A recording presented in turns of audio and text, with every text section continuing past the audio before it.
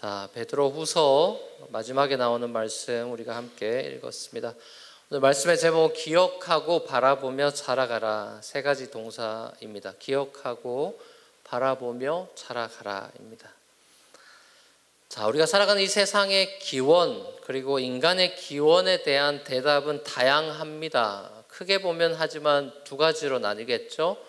유신론과 무신론일 것입니다. 신이 이 세상을 만들었다 하는 유신론적인 주장과 신은 인간이 만들어낸 존재고 허상이다라고 주장하는 무신론적인 주장이 있습니다. 논리적인 접근에 있어서 지금까지도 이 두 가지 주장들은 논쟁을 펼치고 있습니다. 이 세상을 어떻게 바라보느냐 하는 소위 말하는 세계관, 월드뷰라고 하는 것에 따라서 우리가 이 땅에서 살아가는 삶의 어떤 목적이나 태도 이런 것들이 달라지게 됩니다. 유신론적인 세계관을 가지고 있는 대표적인 사람들은 유대교, 기독교, 이슬람교도 같은 종교인들이겠죠.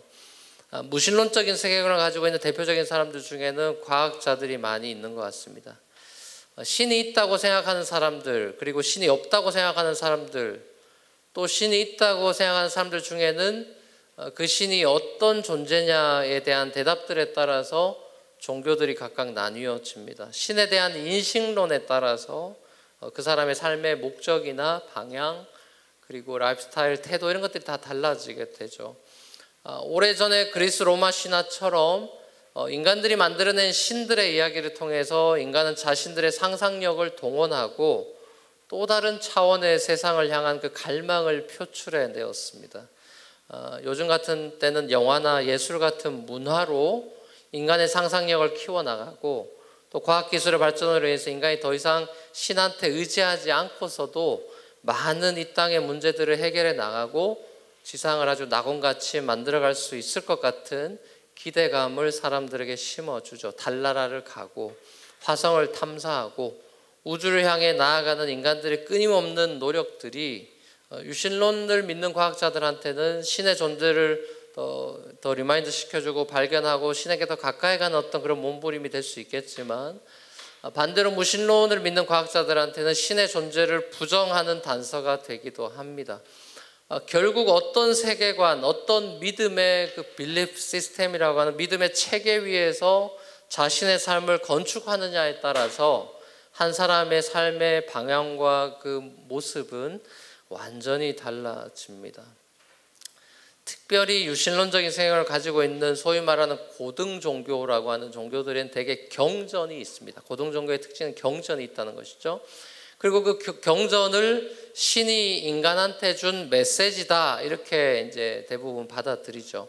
유대교, 이슬람, 기독교가 이제 대표적인 그 경전이 있는 고등 종교겠죠. 이 경전의 오텐티시티 이게 진짜냐라는 논쟁이 아직까지도 많이 있습니다. 그런 가운데 기독교는 성경의 절대성을 믿는 종교죠. 하나님의 계시의 말씀이다. 성경의 저자들은 여호와 하나님이라는 신이 이 세상을 창조했고 또 하나님이 이 세상에 관심이 많고 사람들과의 관계를 원하고 이 세상 역사에 참여하기를 원하는 분이다라고 성경은 일관적으로 소개합니다. 소위 기독교 세계관이라고 이야기할 때 보통 우리가 창조, 타락, 구속, 완성이라고 하는 네 가지 프레임으로 해석하고 세상을 바라보는 관점을 말하죠. 하나님께서 이 세상을 창조하셨다. 하지만 인간이 하나님께 죄를 지어서 타락했다. 그 타락한 인간을 하나님이 구속하시길 원하셔서 예수 그리스도로 구속하셨다. 그리고 이제 이 세상이 마침내 회복되고 이 세상이 구원이 완성될 것이다. 라고 하는 이 프레임으로 세상을 바라보는 것이 이제 단편적으로 얘기한다면 기독교 세계관이라고 이야기합니다. 이 세계관이 가장 잘 집약되어 있는 것이 소위 말하는 사도신경입니다. 전능하사 천지를 만든 시인으로 시작하는 이제 사도신경은 창조를 시작하고 있죠. 기독교 신앙의 그 신앙 고백을 사도들의 그런 가르침을 이제 기억하면서 따라서 3, 4세기 경에 AD 3, 4세기 경에 이제 완성된 신앙 고백문입니다. 예전에는 이제 교회들에서 많이 암송하고 그랬는데 요즘은 뭐 한국 교회들에서도 뭐 열린 예배나 이런 것들이 하면서 많은 이유로 예배 중에 잘 암송하지 않게 된 것 같고 미국 교회들은 원래 대부분 사도신경은 고백하지는 않았던 것 같습니다. 아무래도 사도신경이 성경에 나와 있는 것이 아니고 또 그 내용이 완벽하진 않기 때문에 조금은 그 내용이 보충될 필요가 있지 않나, 저 개인적으로도 그렇게 생각합니다. 예를 들면 오늘 베드로 사도가 강조하고 있는, 또 요한계시록이 강조하는 새하늘과 새 땅에 관한 내용이 사도신경에는 빠져 있죠. 좀 아쉬운 부분이다 싶습니다. 아무튼 기독교 신앙이라고 하는 것은 맹목적이거나 만들어낸 신을 믿는 그런 어떤 하등 종교가 아니라, 인간에게 찾아오신 창조주 하나님이 성경을 통해서, 그리고 자기 아들 예수 그리스도를 통해서 하나님을 알아갈 수 있도록 계시해 준 그런 고등 종교다, 이렇게 이야기할 수 있을 것입니다. 오늘 본문에 속한 이 베드로 후서를 기록한 예수님의 수제자였던 베드로도 유대인이죠. 유대인으로 유대교적인 세계관으로 평생을 살아왔다가 그런 평범한 어부였는데, 예수를 갈릴리에서 만나고 이후로 세계관이, 가치관이 달라지죠. 유일신 여호와를 믿는 유대교인에서 예수가 하나님이라는 삼위일체 하나님을 믿게 되는 기독교인으로 이제 거듭나게 됩니다. 부활의 예수를 만나면서 완전히 이제 기독교인이 되는 것이 사실상. 베드로가 특별히 베드로 후서에서 창조, 타락, 구속, 완성 가운데 예수님을 통한 구속, 그리고 마지막 3, 4, 그러니까 예수님을 통한 구속과 완성 부분에 관심을 쏟는 것을 보게 됩니다. 왜냐하면 편지를 받아듣는 사람들의 상황 때문에 그렇습니다. 베드로후서를 받아듣는 수신자들, 초대교회 교인들의 상황은 자기가 믿고 따르고 있는 기독교 신앙 때문에 핍박을 받던 시절이죠. 그럴 때였고, 또 교회들에게 이런저런 다른 세계관을 가지고 기독교 신앙을 이제 설명하면서 기독교 신앙을 왜곡시키고 변질시키는 신학적인 도전을 받고 있는 시대였습니다. 신앙과 생활이라는, 우리가 신앙생활이라는 표현을 하지만 신앙과 생활은 절대로 분리될 수 없어요. 신앙 따로 생활 따로가 될 수가 없습니다. 그 논리 자체가 말이 되지 않죠. 신앙과 생활은 분리할 수 없기 때문에, 다시 말하면 그 사람의 세계관과 삶은 절대로 분리시킬 수 없어요. 세계관대로 살게 되어 있습니다. 그리고 신앙대로 살게 되어 있고요. 마치 안타까운 한국의 몇 해 전에 세월호 사건처럼 그 구원파의 신앙과 세계관이 사람의 목숨을 하찮게 여기고 사람을 이용해 먹는 그런 비극을 낳았던 것처럼, 한 사람의 신앙과 세계관은 반드시 삶에서 드러날 수밖에 없습니다. 숨길 수가 없죠. 베드로 후서의 수신자들이 지금 당면하고 있는 영적인 도전은 거짓 선지자들과 이단들이 나타나서 교회 안에 잘못된 종말론을 퍼뜨리고 등장했다라는 사실입니다. 1세기부터 이 종말론적인 잘못된 가르침이 많고, 지금까지 2000년이 지난 지금도 사실 이단 중에는 잘못된 종말론이 너무나 많죠. 이들은 사도들이 주장했던 그 재림에 대해, 예수님의 재림에 대해서 재림 같은 거 없다, 예수 다시 안 온다, 성도들의 부활은 없다라고 주장하면서 예수 재림 없고 무슨 부활 같은 거, 이 땅이 전부인데 그럼 이 땅에서 더 즐기고 행복하게 사는 게 제일 중요한 거지 뭐가 더 중요하냐라는 쾌락주의를 부추겼습니다. 그러다 보니까 결국 성적인 타락과 방종, 그리고 탐욕으로 이 땅에서 배를 채우는 그런 삶이 될 수밖에 없는, 그런 사상으로 흡입이 되었으니까 삶은 당연히 그렇게 가는 것이죠. 이제 그런 사상들이 성도들을 영적으로 혼미하게 하던 상황 가운데 예수님을 예수님의 부활을 아이윈니스 했던, 그 부활의 증인이고 계속 따라다녔던 수제자였던 베드로가 이제 자기의 죽음을 이제 직감하면서 내가 이제 얼마 있으면 죽을 텐데 라고 생각하면서 노년에 예수님으로부터 배운 그 변할 수 없는 진리를 이제 디아스포라 성도들에게 다시 기억나게 해주려고, 그 진리를 다시 가르쳐 주려고 두 번째 이 편지까지 쓰게 됐다라고 1장과 3장에서 두 번에 걸쳐서 기록 목적을 이야기해 줍니다. 자, 베드로전서 1장으로 하고 3장 한번 보시죠. 1장 12절에서 15절 같이 한번 읽어보도록 하겠습니다. 시작. 그러므로 비록 여러분이 알고 있고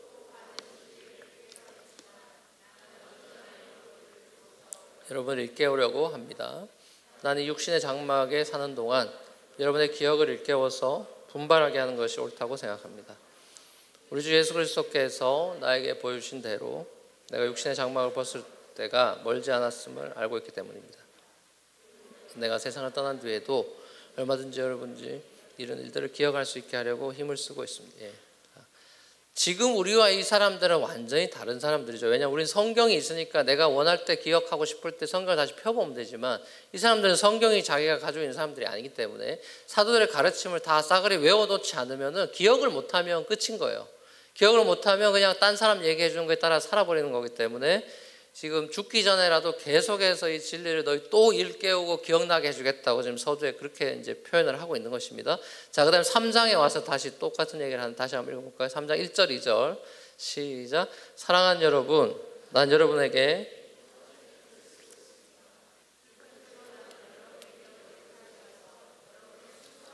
일깨우려고 합니다. 그렇게 해서 거룩한 예언자들이 이미 예언한 말씀과 주님이신 구주께서 여러분의 사도들을 시켜주신 계명을 여러분의 기억 속에 되살리는 것입니다. 아멘. 진리를 듣고 믿고 따라가던 성도들이 세상에서 들려오는 다른 쪽에서 들려오는 거짓 선지자들, 이단 사상들, 이단 문화의 그 영적 공격에 이제 흔들리고 삶이 다시 예수를 믿기 이전처럼 돌아가려는 상황, 마치 관성의 법칙처럼 옛날로 돌아가려는 상황에 있는 성도들에게 진리에 굳게 서서 주님께서 주신 계명을 너희들이 꼭 기억해야 된다. 그 얘기하려고 내가 지금 편지를 쓰고 있다고 노사도가 역설하고 있는 것이죠. 자, 결국 기독교는 기억의 종교예요. 기독교는 기억의 종교. 우리 얼마 전에 민수기 끝냈습니다만 민수기 이 양반들이 기억을 못해서 망한 거죠. 기독교는 기억의 종교입니다. 모르는 새로운 것을 배우는 종교가 아니고 우리가 믿고 있는 성경에 게시된 분명한 진리를 붙들고 기억하는 게 기독교예요. 이게 제일 중요한 것이죠. 왜냐하면 진리라는 것이 참된 것이 삶의 기초이고 기둥이기 때문에 그렇습니다. 이게 디모데전서에서 바울이 한 얘기죠. 디모데전서 3장 15절에서 바울이 성도들의 연합인 교회가 뭐냐? 교회의 정체성에 대해서 이야기할 때 진리의 기둥과 터다라고 강조합니다. 진리 위에 세워지는 게 교회다. 그러니까 바른 진리가 선포되지 않고 복음이 선포되지 않는 교회는 사실상 교회라는 간판을 붙여놔도 교회가 아닌 것입니다. 뭐 수만 명이 모이고 이런 거 다 필요 없고 그 교회가 복음, 진리의 복음 위에 서 있지 않으면 그것은 교회가 아니에요. 이단이 왜 이단입니까? 진리를 왜곡시키고 거짓말을 하고 있기 때문인 것이죠. 이단이 다른 게 이단이 아니고 진리를 왜곡시키고 거짓을 말하고 있고 또 미국에 있는 많은 그런 이단들은 자기들 성경이 따로 있죠. 그러니까 어떤 사람이 계시해 줬다라는 그런 사람들의 성경과 이퀄라이즈 하면서 쓰고 있지 않습니까?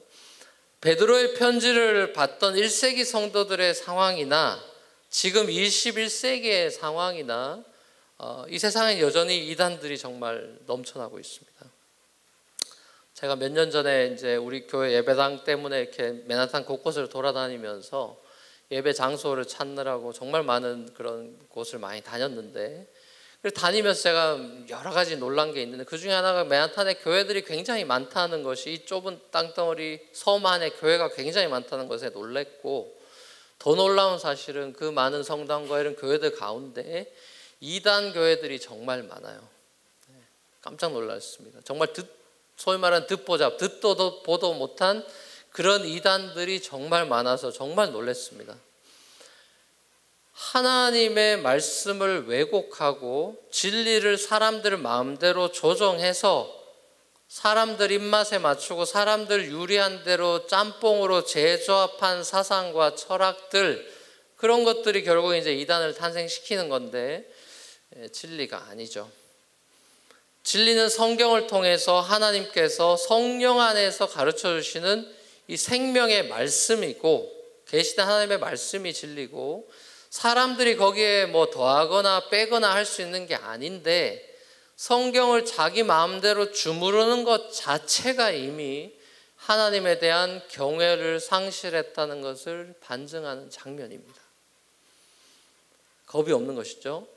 우리가 새로운 것을 배우는 것도 중요하지만 이미 우리가 말씀을 통해서 성경 말씀을 통해서 하나님이 계시해 준 수천 년 동안 우리에게 알려주신 그 진리의 말씀 소위 말하는 기독교의 골격이 되는 기본적인 진리를 기억 속에 담아두는 것이 너무나 중요합니다.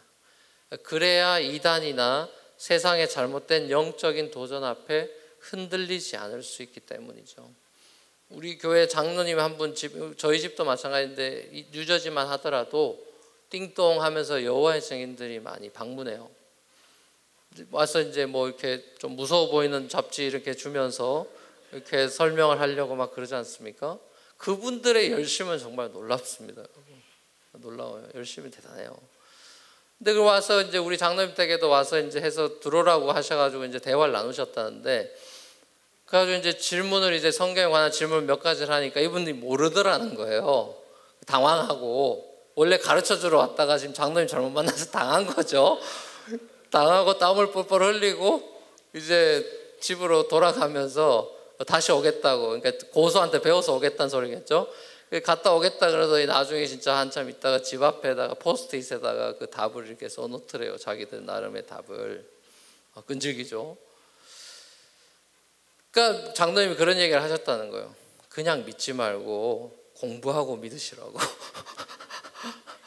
뼈 있는 말씀을 하신 거죠.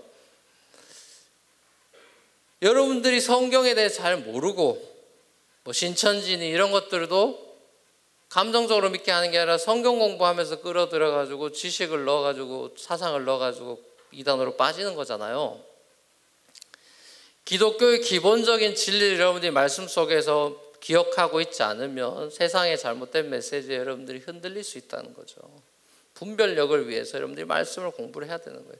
특별히 사도 베드로가 성도들한테 지금 기억나게 해주고 있는 것은 그 기독교의 기본 진리 가운데 종말에 관한 진리입니다. 종말론이죠. 조직신학적으로 얘기한다면 종말론인데, 사도들이 이 성도들의 부활과 예수님의 재림에 대해서 강조했습니다. 왜냐하면 이 사람들은 정말 부활한 예수를 아이위트니스 했고 받고 그분이 내가 다시 오겠다고 말씀한 걸 들었으니까 처음에 복음을 외쳤을 때는 십자가의 복음이 아니라 부활의 복음을 외치고 돌아다니다가 바울이 십자가를 깨닫고 로마서라든지 갈라디아 쓰면서 십자가의 복음이 이제 부활과 연합이 돼서 오늘날 우리가 그 교리로 자리를 잡은 거죠. 아무튼 사도들이 예수님의 부활과 재림을 강조했습니다.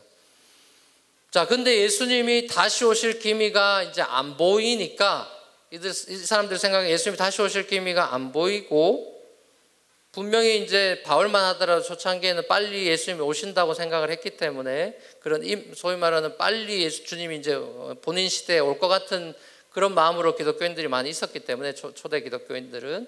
근데 안 오시는 거예요. 그러니까 사람들이 옆에서 이제 예수님 온다더니 안 오잖아 이러면서 조롱을 하는 겁니다.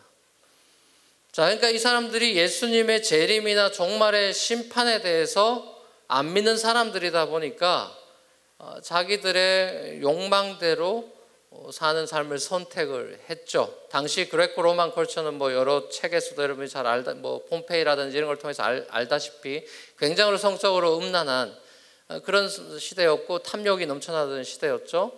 자, 그때 이 베드로 사도가 2장에서도 예를 들고 있듯이 노아 홍수 사건이나 소돔 고모라 사건을 통해서 이게 다 후세 본보기를 하나님이 남겨주신 거다. 하나님의 공의로운 심판이 있다는 것을 하나님이 계시해 준 거다. 이제 그 얘기를 베드로가 합니다. 오늘 본문에서도 예수님이 다시 오셔서 이 세상을 심판하실 때 그때 세상이 물이 아니라 불로 심판받게 될 거라고 베드로가 예언을 하죠. 예수님께서도 마태복음에서 이 종말에 관한 진리를 가르쳐 주셨어요. 예언을 하셨어요. 그러면서 베드로처럼 노아 얘기를 하셨습니다. 자, 마태복음 24장 37절에서 44절 같이 한번 읽어볼까요? 시작. 노아의 때와 같이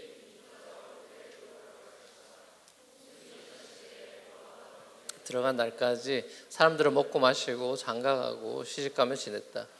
홍수가 나서 그들을 모두 휩쓸어 가기까지 그들은 아무것도 알지 못하였다. 인자가 올 때도 그럴 것이다. 그때 두 사람의 밭에 있을 터이나 하나는 데려가고 하나는 버려둘 것이다. 두 여자가 맷돌을 갈고 있을 터이나 하나는 데려가고 하나는 버려둘 것이다.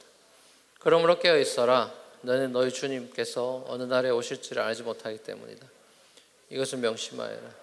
집주인이 도둑이 밤 몇 시에 올지 알고 있으면 그는 깨어 있어서 도둑이 집을 뚫고 들어오도록 내버려 두지 않았을 것이다.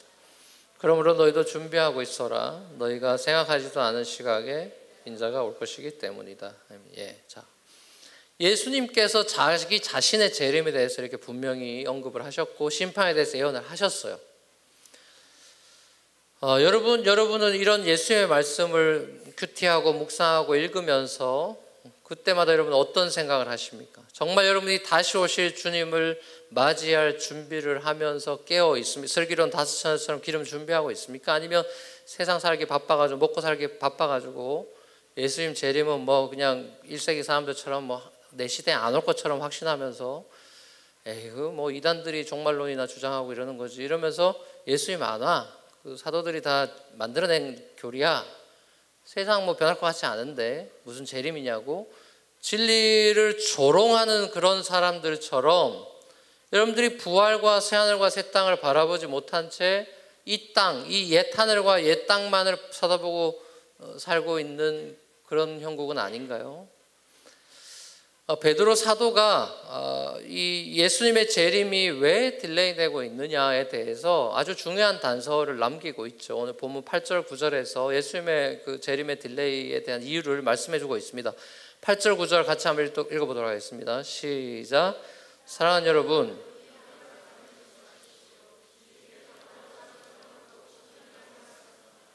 어떤 이들이 생각하는 것 같이 주님께서는 약속을 더디 지키시는 것이 아닙니다.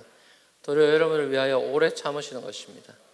하나님께서는 아무도 멸망하지 않고 모두 회개하는 데 이르기를 바라십니다. 아멘. 예수님의 재림이 늦어지는 가장 결정적인 이유는 하나님의 오래 참으심의 성품 때문이라고 이야기하고 있어요. 하나님은 최대한으로 회개와 구원의 기회를 주시는 말 그대로 long suffering God. 하나님은 심판을 기뻐하시는 분이 아니다. 오히려 노아 때처럼 하나님은 인류의 타락과 심판을 greatly grieve 하셨다고 창세기에 나와 있듯이 크게 너무나 가슴 아파하시고 슬퍼하신다. 기쁘게 심판하지 않습니다. 그죠? 사랑하는 여러분, 하나님의 진리의 말씀에 여러분들이 귀를 기울이고 우리가 이런 기독교의 기본적인 진리의 말씀에 대해서 우리는 기억해야 돼요.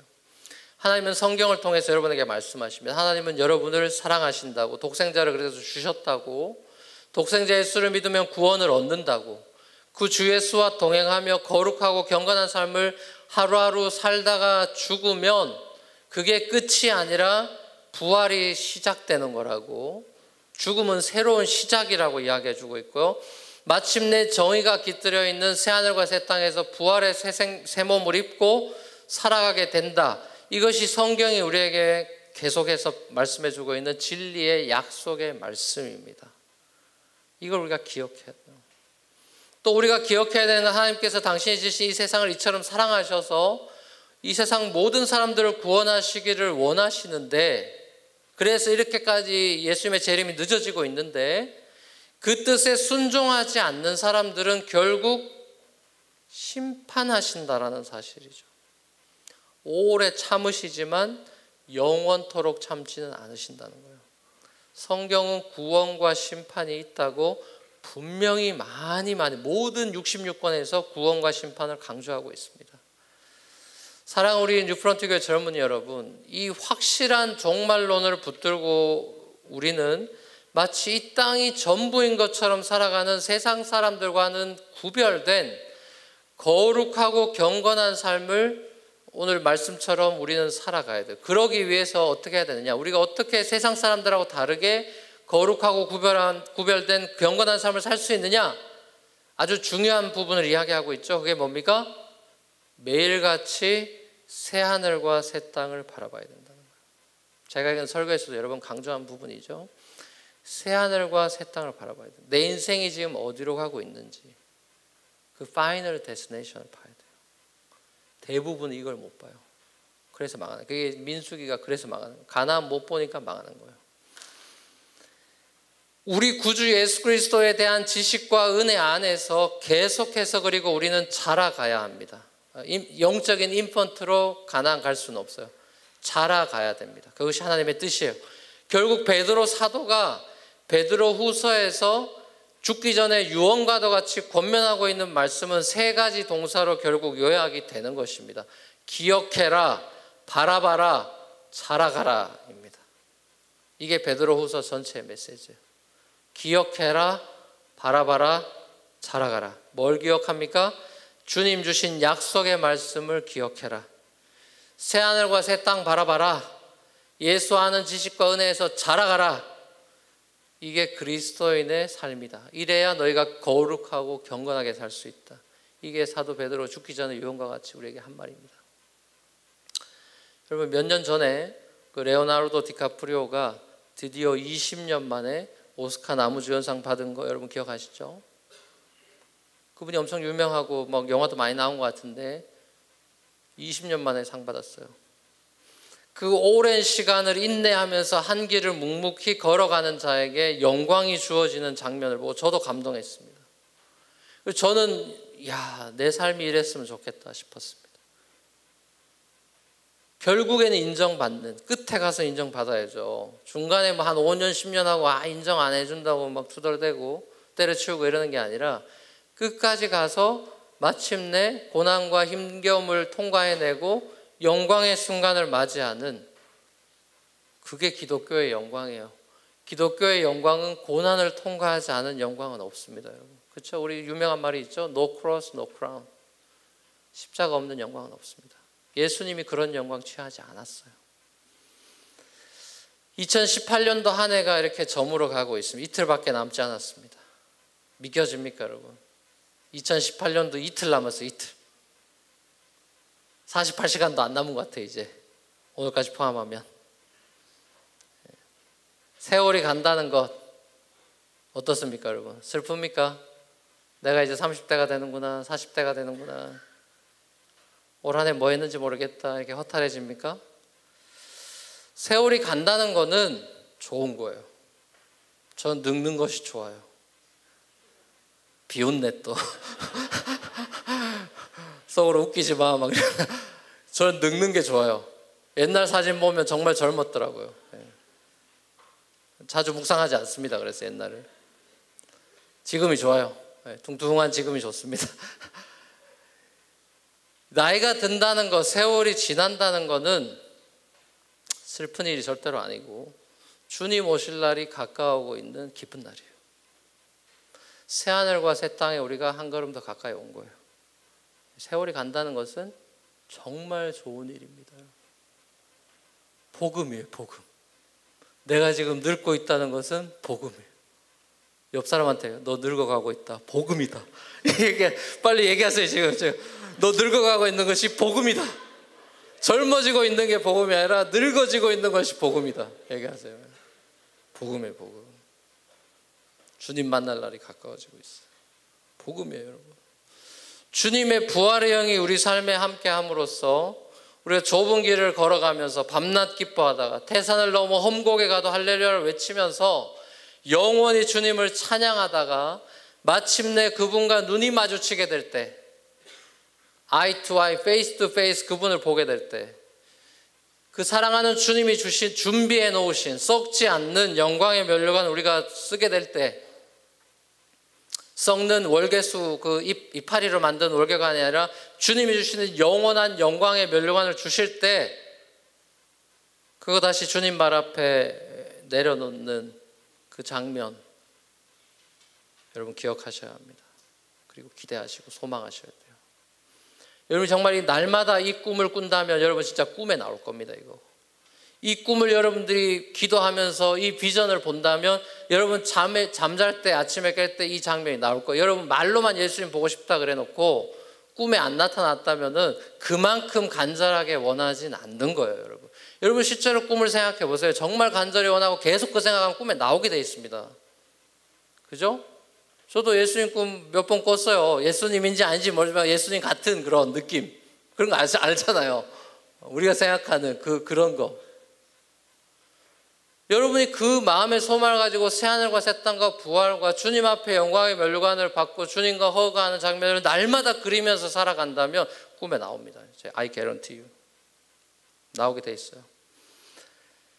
영광의 그 기약이 이르도록 하나님의 은혜를 기억하고 진리의 말씀을 붙들고 주 예수님만 바라보고 새하늘과 새 땅 주님 앞에 설 날을 바라보고 주님을 아는 그 지식과 은혜 안에서 계속해서 자라가는 저와 여러분들 될 수 있기를 주 예수 그리스도를 간절히 축원합니다.